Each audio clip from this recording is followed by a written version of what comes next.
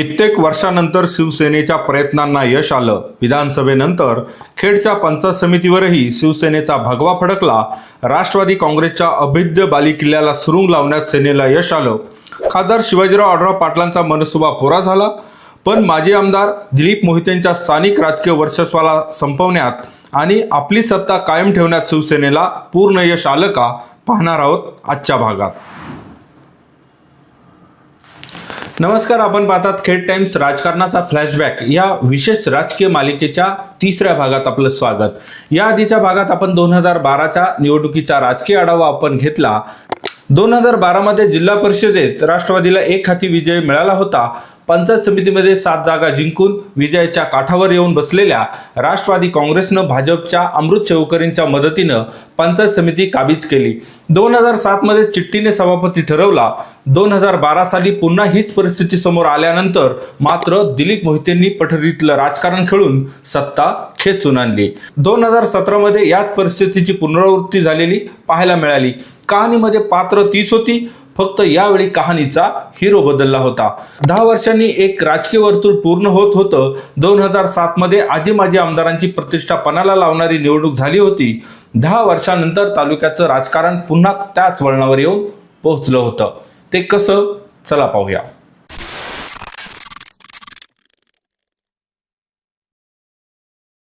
2012च्या जिल्हा परिषद आणि पंचायत समितीच्या निवडणुकीत जिल्हा परिषदेच्या खेड तालुक्यातल्या 7 पैकी 6 जागांवर विजय मिळवत राष्ट्रवादी काँग्रेस पक्षानं काँग्रेस आणि काँग्रेसभोवती गोळा झालेल्या सगळ्याच विरोधकांना नामोहरण केलं. कृषी उत्पन्न बाजार समितीवरही आपला ताबा घेण्यात मोहितेंना यश आलं.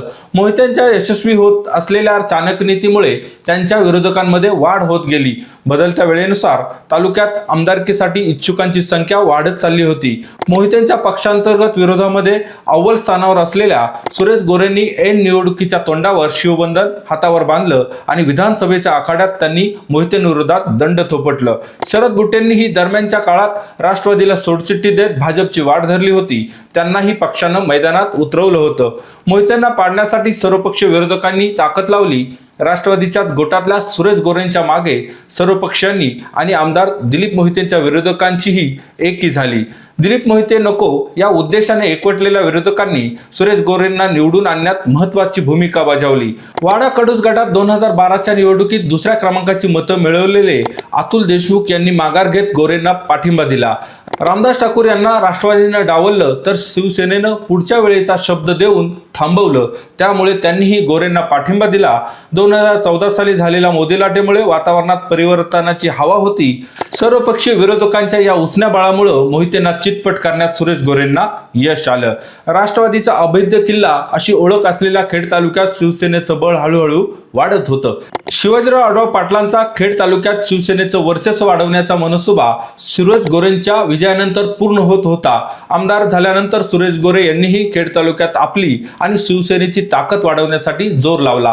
पण 2015 मध्ये झालेल्या खेड कृषी उत्पन्न बाजार समितीच्या निवडणुकीत सुरेश गोरेंना विरोधकांची मोळी बांधण्यात अपयश आलं आणि बाजार समितीवर मोहितेंचा ताबा कायम राहिला. 2017 साल उजाडलं ते जिल्हा परिषद आणि पंचायत समितीच्या निवडणुकीच्या धामधुमीमध्ये. थंडीची चादर हळूहळू सरकत होती तसं खेड तालुक्याच्या राजकारणाचा ताप वाढत चालला होता. विधानसभेनंतर बाजार समितीमधून राष्ट्रवादीला बाहेर ढकलण्यात विरोधक अपयशी ठरले. परंतु हीच चूक आता झेडपी पंचायत समितीमध्ये होऊ द्यायची नाही या विचारानं राजकीय मोर्चेबांधणी सुरू होती. आगामी विधानसभा निवडणूक डोळ्यासमोर ठेवून आजी आणि माजी आमदार या निवडणुकीची रणनीती आखत होते. देशात आलेली मोदी लाट, तालुक्यात राष्ट्रवादीला लागलेली बंडखोरीची कीड आणि विरोधकांची एकी अशी बरीच आव्हानं मोहितेंसमोर होती. तर सगळ्या विरोधकांना एकत्र करून पक्षातल्या निष्ठावंत आणि आयारामांची मनं सांभाळत डावपेच टाकण्याचं कौशल्य सुरेश गोरेंना दाखवावं लागणार होतं.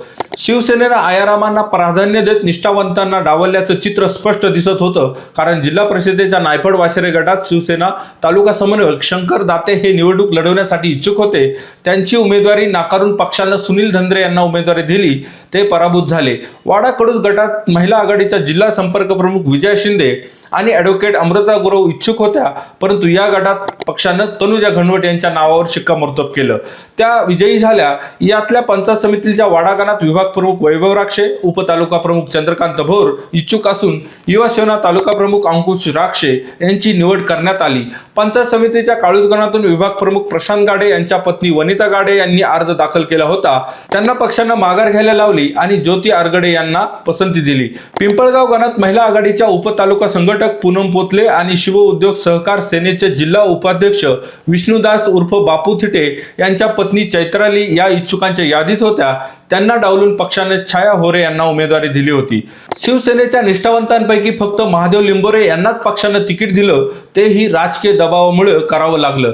शिवसेनेनं पक्षीय राजकारणापेक्षा जिंकण्यावर फोकस केला, त्यामुळे एकंदरीत शिवसेनेत बंडखोरी आणि पाडापाडीचं राजकारण होणार हे स्पष्ट होतं. या उलट मोहितेंनी उमेदवार निवड करताना अगदी सावध पवित्रा घेतला होता. पक्षांतर्गत विरोधकांची डोकेदुखी नसल्याने मोहितेंना आपल्या माणसांना तिकीट देणं जास्त अडचणीचं वाटलं नाही. जिल्हा परिषदेच्या सांडवरवाडी काळूस गटात बाबा राक्षे हे इच्छुक होते. त्यांना यावेळी पक्षानं गप्प बसवलं. हा अपवाद वगळता राष्ट्रवादीमध्ये नाराजीचा सूर दिसला नाही. गुन्हेगारी रेकॉर्ड नसलेल्या क्लीन इमेजवाल्या उमेदवारांना राष्ट्रवादीने यावेळी पंचायत समितीच्या निवडणुकीत तिकीट दिलं होतं. शरद बुटे आणि अतुल देशमुख यांच्या पक्षप्रवेशामुळे भाजपलाही तालुक्यात बळ मिळालं होतं. त्यामुळे पक्षानं या निवडणुकीत जिल्हा परिषदेच्या 5 गटात आणि 12 पंचायत समिती गणामध्ये उमेदवार उभे केले होते. काँग्रेसचा विचार केला तर 2012च्या निवडणुकीत तालुक्याच्या स्थानिक राजकारणात आपलं अस्तित्व टिकून असलेल्या काँग्रेसला मात्र या निवडणुकीत अस्तित्वाची लढाई लढावी लागणार होती. बाजार समिती, पंचायत समिती अशा सगळ्या स्थानिक संस्थांमधून काँग्रेस हद्दपार करण्याचा दिलीप मोहितेंनी चंग बांधला आणि ते त्यात यशस्वी झाले. दरम्यान झालेल्या लोकसभा आणि विधानसभा निवडणुकीत काँग्रेसला जनतेने नाकारलं. देशभरातून आलेल्या मोदी लाटेमध्ये काँग्रेसच्या अनेक दिग्गजांची राजकीय कारकीर्द वाहून गेली. त्यामुळे आपल्या भविष्याचा वेध घेत काँग्रेसच्या अनेक निष्ठावंतांनी काँग्रेसला सोडचिठ्ठी दिली. खेड तालुक्यात काँग्रेसमधून आउटगोईंग हे नारायण पवार यांच्या निधनानंतर खऱ्या अर्थानं सुरू झालं होतं. रामदास ठाकूर यांच्यासारखे बरेच दिग्गज मोहितेंच्या वळचणीला जाऊन बसले होते, परंतु आता मोहितेंनाही आपल्या पराभवाची सल भरून काढण्यासाठी कष्ट घ्यावे लागणार होते.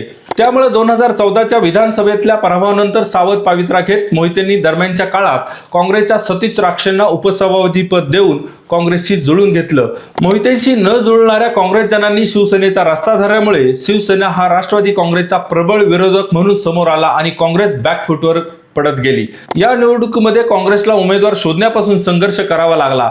2017च्या जिल्हा परिषदेच्या निवडणुकीत तालुक्यातल्या 7 जागांपैकी शिवसेनेच्या 3, राष्ट्रवादीच्या 2 आणि भाजपच्या 2 जागा जिंकून निवडून आल्या आणि शिवसेना सरस ठरली. पंचायत समितीच्या निवडणुकीतही शिवसेनेच्या सर्वाधिक 7 जागा निवडून आल्या. राष्ट्रवादीची या निवडणुकीत पिछेहाट झाली. 4 जागांवर राष्ट्रवादीला वर्चस्व राखता आलं. भाजपनंही 2 जागांवर विजय मिळवला. अमोल पवार यांच्या रूपानं काँग्रेसला अस्तित्वापुरतं खातं उघडता आलं. त्यामुळे सत्ता स्थापनेत सेना भाजप युती होणार की राष्ट्रवादी काँग्रेस, भाजप आणि काँग्रेस असं बेरजेचं गणित होणार याकडे सगळ्यांचं लक्ष लागलं होतं. पहिल्या 2.5 वर्षांसाठी अनुसूचित जमातीसाठी सभापतीपद आरक्षित झालं. राष्ट्रवादीकडे सभापती पदासाठी उमेदवारच नसल्यामुळे सत्ता स्थापनेच्या खटाटोपापासून मोहिते दूर राहिले. काँग्रेसचे अमोल पवार शिवसेनेचीच साथ देणार असा कयास भाजपनं लावला आणि सुरुवातीला उमेदवार असूनही सत्ता स्थापनेच्या प्रयत्नात भाजपही पडली नाही. नंतर तालुक्यात भाजप, काँग्रेस आणि राष्ट्रवादी काँग्रेस हे सत्तेचं समीकरण बसवण्यासाठी राजकीय घडामोडीही झाल्या. त्या कशा हे अमोल पवार सांगतायत. एकंदर तालुक्यामध्ये कुठंच पंचायत समितीचे म्हणा, जिल्हा परिषदचे असे उमेदवार त्या ठिकाणी काँग्रेसला मिळत नव्हते. परंतु काही ठिकाणी आम्ही सगळ्यांनी, आमचे अध्यक्ष विजयराव डोळस आणि आम्ही सगळ्यांनी प्रयत्न करून काही उमेदवार उभे केले आणि त्याच्यामध्ये एकमेव मी पंचायत समितीचा उमेदवार माझ्या भागातल्या लोकांनी मला त्या ठिकाणी काँग्रेसच्या तिकिटावरती निवडून दिलं. आणि ती निवडणूक झाल्यानंतर एकंदरीत राजकीय बळाबळ हे तालुक्याच्या पंचायत समितीमध्ये थोडंसं अस्थिर असं झालं. त्याच्यामध्ये शिवसेनेचे 7 पंचायत समिती सदस्य, राष्ट्रवादी काँग्रेसचे 4, भारतीय जनता पार्टीचे 2 आणि मी 1 अशी 14चं बळाबळ त्या ठिकाणी झालं. शिवसेनेला 1 उमेदवार त्या ठिकाणी 1 सदस्य पंचायत समितीचा हा बहुमतासाठी तिथं त्यांना लागणार होता. आणि त्या दृष्टीने मग मागच्या 10-15-20 वर्षामध्ये तालुक्याची राजकीय जी काही परिस्थिती होती त्याच्यानुसार एका विचाराच्या विरोधात नेहमीच आमच्यासारखे कार्यकर्ते पक्ष सोडून सगळे आम्ही एकत्र कायम राहिलो होतो. मला अपेक्षा होती की शिवसेना आपल्याला बरोबर घेऊन त्या ठिकाणी आपल्याला सत्तेत किंवा बरोबर घेऊन त्या ठिकाणी काहीतरी पद मिळेल. परंतु राजकारणामध्ये काही काही गोष्टी त्या त्या कालखंडात घडल्या आणि शिवसेना 7 लोक घेऊन त्यांनी राजकीय सहलीवर पाठवली. आणि त्याच्यानंतर बऱ्याचशा राजकीय घडामोडी माझ्यासारख्या कार्यकर्त्याला कराव्या लागल्या आणि त्या करून त्यावेळेस मग नंतर शेवटच्या क्षणाला शिवसेनेचा सभापती आणि मी त्या ठिकाणी शिवसेनेबरोबर जाऊन उपसभापती त्या ठिकाणी होण्याची मला संधी मिळाली. अखेर शिवसेनेनं काँग्रेसच्या अमोल पवार यांना सत्तेत घेतलं आणि उपसभापती केलं. अमोल पवारांच्या येण्यानं शिवसेनेकडे 8चं बहुमत झालं आणि सेनेच्या सुभद्रा शिंदेच्या रूपानं पंचायत समितीवर शिवसेनेचा सभापती बसला. काही दिवसांनी शिवसेनेची ही सत्ता अजून मजबूत करण्याची घटना घडली. पंचायत समितीच्या पिंपरी बुद्रुक गणातून भारतीय जनता पक्षाच्या धोंडाबाई साहेबराव खंडागळे या 1446 मतांनी विजय झाल्या होत्या. त्या अंगणवाडी सेविका म्हणून कार्यरत होत्या. स्थानिक स्वराज्य संस्थेतील पदामुळे आणि आपल्या नोकरीवर गदा येत असल्यामुळे त्यांनी पद आणि नोकरीमध्ये नोकरी निवडली आणि आपल्या सदस्य पदाचा राजीनामा दिला. पुढे या गणात पोटनिवडणूक झाली. या निवडणुकीकडे लोकांनी दुर्लक्ष केलं आणि फक्त 38% मतदान झालं. भारतीय जनता पक्षाने आपली जागा राखण्यासाठी कोरेगाव खुर्दच्या रामदास मेंगळे यांना उमेदवारी दिली. राष्ट्रवादी काँग्रेसनं उमेदवार दिला नाही. शिवसेना विरुद्ध भाजप अशा दुरंगी लढतीत शिवसेनेचे मच्छिंद्र मारुती गावडे यांनी बाजी मारली आणि शिवसेनेने पंचायत समितीमध्ये 8चा बहुमताचा आकडा गाठला. एकानं बळ वाढल्यामुळे शिवसेनेकडे स्पष्ट बहुमत तयार झालं. तरीही अमोल पवार हे उपसभापती पदावर 14 मार्च 2017 ते 30 जून 2018 या 15 महिन्यांच्या कालावधीसाठी उपसभापती पदावर कायम राहिले आणि सेना काँग्रेसची युती जशीच्या तशी राहिली. त्यानंतर शिवसेनेच्या भगवान पोखरकर यांना 31 डिसेंबर 2019 पर्यंत म्हणजे 1.5 वर्षापर्यंत उपसभापती पद मिळालं आणि पुढे पोखरकर सभापती पदासाठी इच्छुक झाले. 2.5 वर्षानंतर सभापती पद नागरिकांचा मागास प्रवर्ग अर्थात ओबीसी आरक्षित झालं. राजकारण फिरलं आणि सभापती पदासाठी सदस्यांमध्ये चढाओढ सुरू झाली. राजकीय आडाखे बांधायला सुरुवात झाली. कुणबीचं पांघरून घेत सदस्यांनी आपली सभापती पदाची दावेदारी पक्की केली. दरम्यान 21 ऑक्टोबर 2019 साठी राज्यात विधानसभा निवडणूक झाली. शिवसेना भाजप युतीला स्पष्ट बहुमत मिळालं. मंत्रिपदावरून युती तुटली आणि 28 नोव्हेंबरला उद्धव ठाकरेंच्या नेतृत्वाखाली शिवसेना काँग्रेस राष्ट्रवादी काँग्रेस या महाविकास आघाडीचं सरकार स्थापन झालं. सेना राज्यात पुन्हा सत्तेत आली. परंतु सुरेश गोरे यांचा या निवडणुकीत पराभव झाला. दिलीप मोहिते पुन्हा आमदार झाले आणि स्थानिक राजकारणात आपलं वर्चस्व पुनर्स्थापित करण्यासाठी त्यांनी जोर लावला.